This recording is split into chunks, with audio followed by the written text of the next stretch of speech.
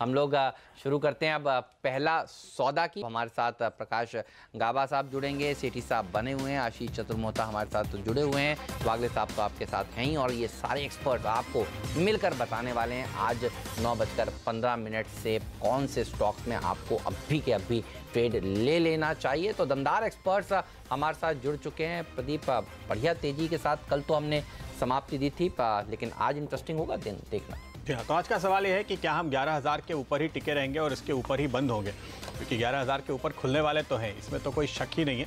यहाँ से आगे कितनी तेजी, 11,118 ध्यान रखिए, यह है निफ्टी का वो लेवल जो स्विंग हाई के तौर पे इस समय आपके सामने है। उसके ऊपर, उसी टारगेट के ऊपर इस समय सभी की नज़र है। SGX के संकेत अगर आप देखें तो 22-23 पॉइंट ऊपर SGX निफ्टी जो संकेत दे रहा है, फ्यूचर से कंपेयर कीजिए 11,032 का आंकड़ा था, तो आप अगर 20 पॉइंट भी ऊपर खुले तो 11,000 के ऊपर ही शुरुआत होने वाली है। तो बस कुछ ही सेकंड्स बाकी है प्री ओपन सेशन शुरू होने में, और 11,000 के आंकड़े के ऊपर हमारी नज़र बनी हुई है। जबरदस्त तेजी जो कल के दिन दिखाई दी थी, उसका एक फॉलो अप एक्शन आज के दिन देखने को मिलेगा। निफ्टी और निफ्टी बैंक तो और भी ज़्यादा तेज़ रफ्तार में नज़र आया है, तो निफ्टी बैंक के लिए और कितनी ऊंचाई दिखाई देती है उस पर आपका फोकस होना चाहिए। प्री ओपन सेशन की अब शुरुआत होने जा रही है।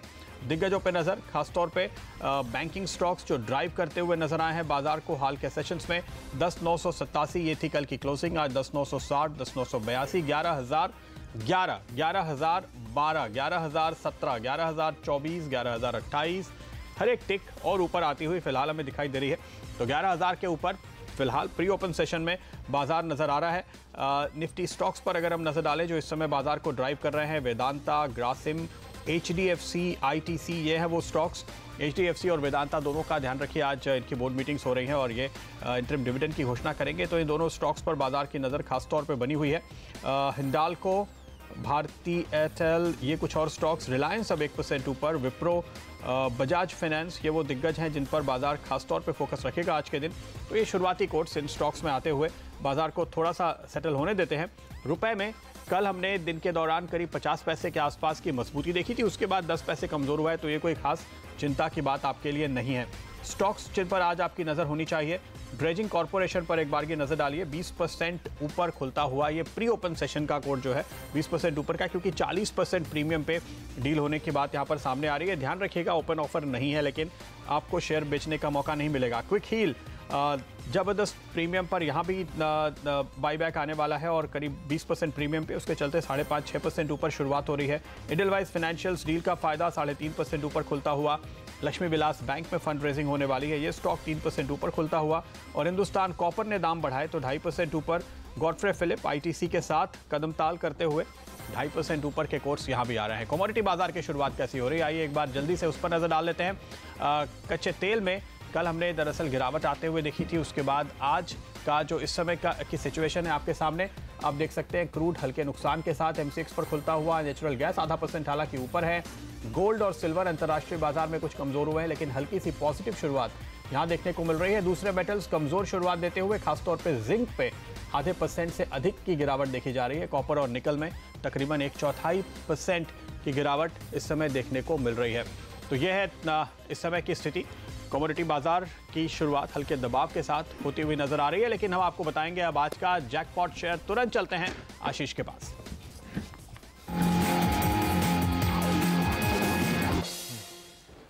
तो प्रदीप ने एक अच्छा वर्ड यूज करा, कदम ताल। तो ड्रेजिंग कॉर्पोरेशन था, कल मैं खबर आती हुई देख रहा था, तो एक कदम ताल वाली कंपनी लेकर आए, एक सरकारी कंपनी आज इंडिया टूरिज्म डेवलपमेंट कॉर्पोरेशन है, जिसे हम ITDC के नाम से जानते हैं। पहले तो इस स्टॉक का मूवमेंट आप लोग की स्क्रीन्स पर आएगा, और लंबे अरसे से एक नैरो रेंज में ये स्टॉक हमेशा कामकाज करता है। इनफैक्ट जब मिड कैप स्मॉल कैप में ऑफ लेट कार्नेज आया था, उसके बावजूद ये स्टॉक ध्यान रखें अपने हाई से इस समय भी 14-15% ही आपको नीचे ट्रेड करता हुआ नजर आएगा, और तो रिलेटिवली इम्यून है इस स्पेस में अगर क्रैश आता है। और उसके पीछे एक वजह है, और वजह है ये कंपनी बेहद स्ट्रांग हैंड्स में। शेयर होल्डिंग पैटर्न आपकी स्क्रीन पर आएगा। भारत सरकार प्रमोटर्स 87% ओन करते हैं, LIC के पास 3.5% का हिस्सा, और टाटा ग्रुप की जो इंडियन होटल्स है वो 7.8% इक्विटी इस कंपनी में ओन करती है। यानी कि अगर मैं कैलकुलेटेड फ्री फ्लोट ढूंढूं तो सिर्फ महज 0.2% का इस कंपनी में, 1.74% टू बी प्रिसाइज, इसका कैलकुलेटेड फ्री फ्लोट नजर आएगा। और इसीलिए रिलेटिवली मैंने वर्ड यूज करा था इम्यून है। Government of India undertaking obvious है, हेल्दी प्रॉफिट्स क्लॉक करती है और डेट फ्री बैलेंस शीट का स्टेटस है। फाइनेंशियल्स आप लोग की स्क्रीन पर 371 करोड़ रुपए FY18 में और मुनाफा 32। ये मैंने पैट इस्तेमाल करा और उसके पीछे वजह है, आपको याद होगा मोदी सरकार आने के बाद फैसला लिया गया था कि ये कंपनी जो है मिनिस्ट्री ऑफ टूरिज्म के अंतर्गत अपनी तमाम होटल प्रॉपर्टीज को या तो सेल करेगी, बेचेगी या लीज करती हुई नजर आएगी। जो स्टेट गवर्नमेंट इच्छुक नहीं है लीज को बढ़ाने के लिए, उनको ऑफिशियली वैल्यूड प्राइस पे प्रॉपर्टीज वापस कर दी जाएंगी या फिर प्राइवेट पार्टी को सब लीज करी जाएंगी। अब उसके चलते काफी ज्यादा यहां पे होटल्स डाइवेस्ट हो रहे हैं, कंसिडरेशन यानी कईयों का पैसा आ रहा है, कई अंदर प्रोसेस है, इसीलिए बिलो पैट थोड़ा सा फाइनेंशियल कंफ्यूजिंग हो जाते हैं, इसीलिए मैंने पैट पे रोक दिया। अच्छा, पहले इस कंपनी का धंधा समझा देता हूं आप लोगों को। आपने जो famous Ashok group of hotels का नाम सुना होगा, ये वही कंपनी है जो उस ब्रांड को ओन करती है। तो अशोक ग्रुप के अंदर the Ashok new Delhi flagship property है, डिप्लोमेटिक इंक्लेव में है, महज 2 किलोमीटर दूर राष्ट्रपति भवन के दिल्ली में 5 सितारा होटल 25 एकड़ की प्राइम लैंड पे बना हुआ, 550 रूम्स की इन्वेंट्री रखता है। होटल सम्राट इसी डिप्लोमेटिक इंक्लेव चाणक्यपुरी में एक और दूसरी प्रॉपर्टी 255 रूम की प्रॉपर्टी है और ये वो 5 सितारा थी, ये 4 सितारा में कैटेगराइज होती है। इसके अलावा होटल जम्मू अशोक, होटल कलिंगा अशोक जो भुवनेश्वर में, होटल पाटलिपुत्रा अशोक जो पटना में, हालांकि ये तो बिहार सरकार को वापस करा जा रहा है जिसके चलते 13 करोड़ रुपए का कंसिडरेशन आएगा, ये अंडर कंसिडरेशन अभी भी चल रहा है। ये तो होटल्स की बात हुई। इसके अलावा ताज रेस्टोरेंट आगरा में, ताजमहल के बगल में एक रेस्टोरेंट है, वही कंपनी चलाती है। ट्रैवल सॉल्यूशंस प्रोवाइड करती है और 7 इंपॉर्टेंट शहरों में ट्रैवल और ट्रांसपोर्ट यूनिट्स हैं इस कंपनी के पास। जितने सी पोर्ट्स हैं, एयरपोर्ट्स हैं, उनमें से 13 ड्यूटी फ्री शॉप्स ये कंपनी चलाने का काम करती है। इनफैक्ट लाल किला, पुराना किला दिल्ली में आपने साउंड एंड लाइट शोज वगैरह देखे होंगे, वो प्रोवाइड करना इसी कंपनी का काम है, उसे चलाना इसी कंपनी का काम है। केटरिंग का काम, साथ साथ एक Ashok institute of hospitality and tourism management जो होटल बिजनेस में है, वो जानते हैं इस इंस्टीट्यूट को, जाना माना, वो यही कंपनी रन करने का काम करती है। पर फाइनेंशियल के लिहाज से सबसे इंपॉर्टेंट होटल्स ही हैं, जहां से रेवेन्यू मिक्स अगर स्क्रीन पे आएगा तो 70% अभी भी इस कंपनी का होटल्स से आता है, वो डिवीजन सबसे इंपॉर्टेंट है। आप ध्यान रखें, तमाम दिक्कतें इस कंपनी के साथ भी रही हैं। जैसे एयर इंडिया के साथ दिक्कतें हुई थी, वैसी ITDC के साथ भी, जो इसकी तमाम कई सारी प्रॉपर्टीज थी, ज्यादा बिजनेस सेंस के बिना चलाई जा रही थी। पर इस सरकार के आने के बाद सीरियस थॉट दिया गया कि इसे लॉन्ग टर्म सॉल्यूशन क्या लाया जा सकता है, और इस सरकार ने फैसला लिया था कि मैनेजमेंट राइट प्राइवेट कंपनीज को दिया जाएगा, मोनेटाइज करने की कोशिश होगी इस कंपनी की तमाम प्रॉपर्टीज को। तो ITDC ने इसीलिए डाइवर्स कर रहा है, ऑफलोड कर रहा है होटल्स को। सिर्फ अशोक और सम्राट, जिन होटल्स की मैंने डिटेल समझाई थी बड़े इंपॉर्टेंट लोकेशंस पे, वो शायद ये कंपनी फाइनली होल्ड करती हुई नजर आए।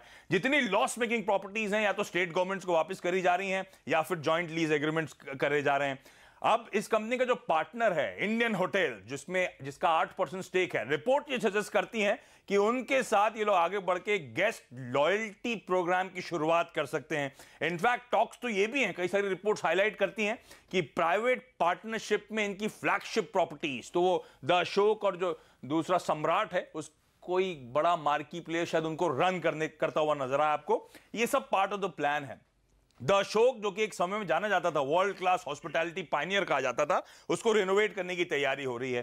तो और सरकार चाहती है कि होटल कारोबार के बियॉन्ड भी ये कंपनी फोकस करे। तो तमाम MOU साइन करे जा रहे हैं इंटरनेशनल टूरिज्म ऑर्गेनाइजेशंस के साथ, जो ITDC को ग्लोबल ले जाने की कोशिश है। मिसाल के तौर पे मोरक्कन टूरिज्म एजेंसी के साथ करार हुआ है।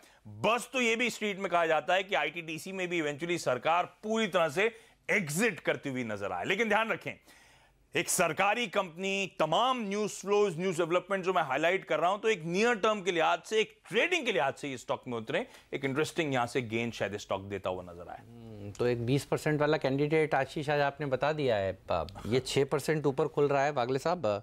337 रुपीज़ का 20% का सर्किट फिल्टर है, इसमें लग सकता है चांसेस हैं, क्योंकि ये फ्लोट इसमें है नहीं। और यहाँ पर ITDC को लेकर अशोका होटल जो आशीष बता रहे हैं, उसको लेकर खबरें ये भी हैं कि अब सरकार ने एयर इंडिया की बिल्डिंग जिस तरह से बेची है, फिर अब इसकी नंबर भी जल्द आने वाला है। अब कब आए, इस फाइनेंशियल ईयर में आए, अगले फाइनेंशियल ईयर में आए, लेकिन आना तो है अब। तो ड्रेजिंग तो 20% ऊपर खुल रहा है।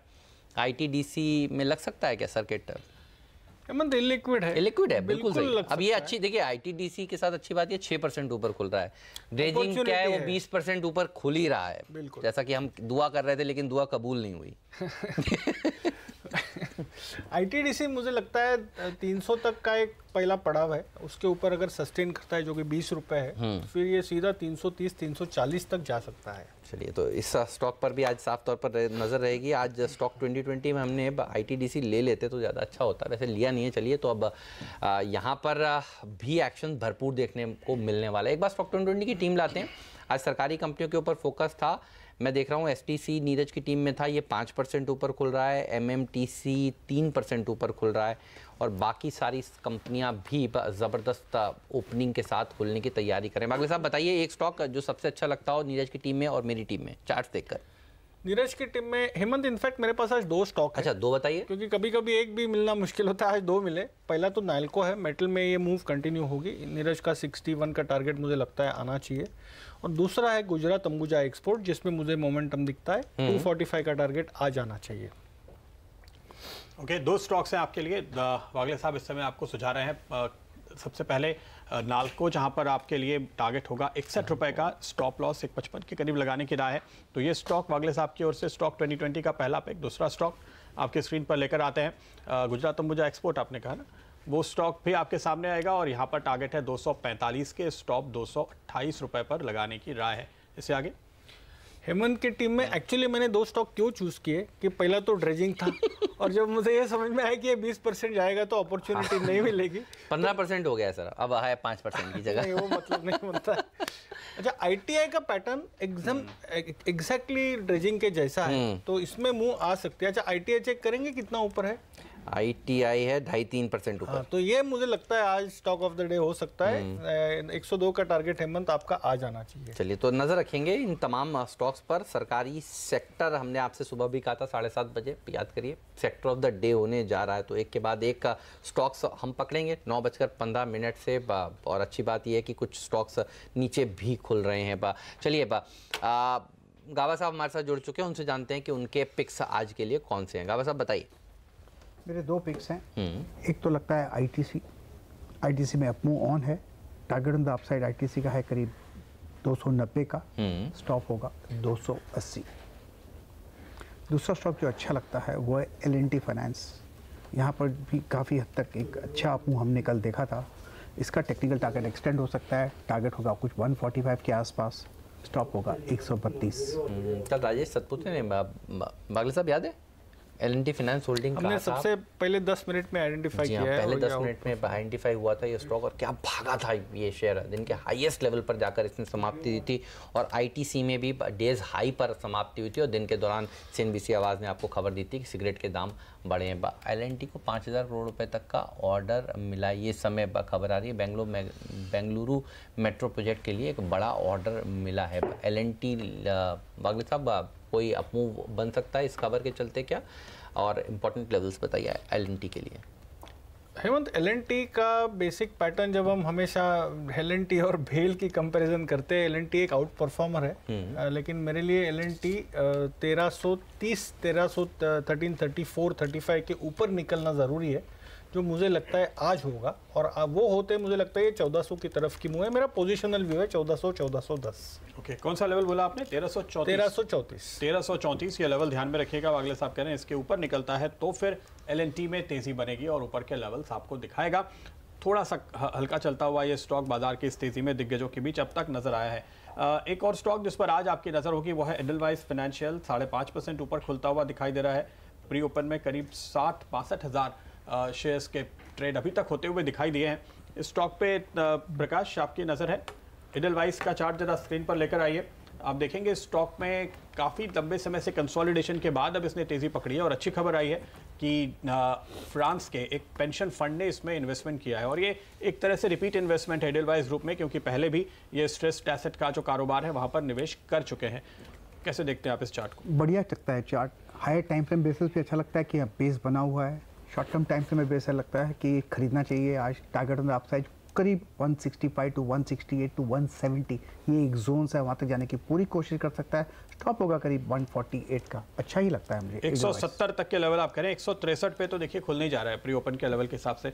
आशीष आपको जोड़ना चाहते हैं? जी मैंने मॉर्निंग में इस पे बात की, मेरे हिसाब से पोजिशनली 195 और इवेंचुअली 220 ये टारगेट्स मुझे लगता है एडलवाइज में देखने को मिलेंगे, क्योंकि एक मेजर बेस इस स्टॉक में बना है और एक अच्छे ब्रेकआउट के बाद निकला है। तो मेरे हिसाब से तो 15-20% की तेजी आपको जो कल की क्लोजिंग है उसके बेसिस पे अभी भी नजर आ सकती है। राइट, तो रखिएगा नजर एडलवाइज पर, बढ़िया प्रदर्शन दिखाता हुआ कल 10% की रैली और आज 5% का गैप के साथ इस स्टॉक में ओपनिंग हो रही है। इसके अलावा आप देखें तो प्री ओपनिंग ट्रेड्स अब सेटल हो चुके हैं और वेदांता बढ़िया प्रदर्शन दिखाने के मोड में। इंडिया बुल्स हाउसिंग इस स्टॉक का भी जिक्र कल पहले 5-10 मिनटों में हुआ था और देखिए क्या रैली इस स्टॉक में देखने को मिली थी। 1% ऊपर ये आज खुलने जा रहा है। और HPBP की बात कल हुई थी और आपने और राजेश जी ने मिलकर ये ट्रेड निकाला था। डेज हाई पर देखिए ये दोनों ही स्टॉक ने समाप्ति दी थी और आज भी यहाँ पर गैप अप ओपनिंग हो रही है। अच्छी बात ये नज़र आ रही है कि आज IT शेयर थोड़ा सा मजबूती के साथ खुलने की तैयारी कर रहे हैं। इन्फोसिस देखिए 0.5% ऊपर ये स्टॉक खुलने जा रहा है। नज़र रहेगी टेक महिंद्रा के बायबैक के ऊपर भी और टेक महिंद्रा के स्टॉक पर भी। L&T जिसके लिए अभी खबर आई ये 0.5% ऊपर खुलने जा रहा है। आज भी निफ्टी में आप देखें तो कुल मैं देख पा रहा हूँ 4 ही स्टॉक्स हैं जो लाल निशान के साथ खुल रहे हैं। तो आप सोचिए 46 शेयर्स जो हैं वो दरअसल हरे निशान के साथ खुल रहे हैं। तो लाल निशान के साथ कौन से स्टॉक्स खुल रहे हैं देख लीजिए। कुल बजाज ऑटो सुस्त है, इंडसइंड बैंक जिसने कल अच्छा प्रदर्शन दिखाया ये सुस्त है, जी एंटरटेनमेंट और हीरो मोटोकॉर्प इनको छोड़ दें तो बाकी सभी शेयरों में एक ज़बरदस्त तेज़ी देखने को मिल रही है।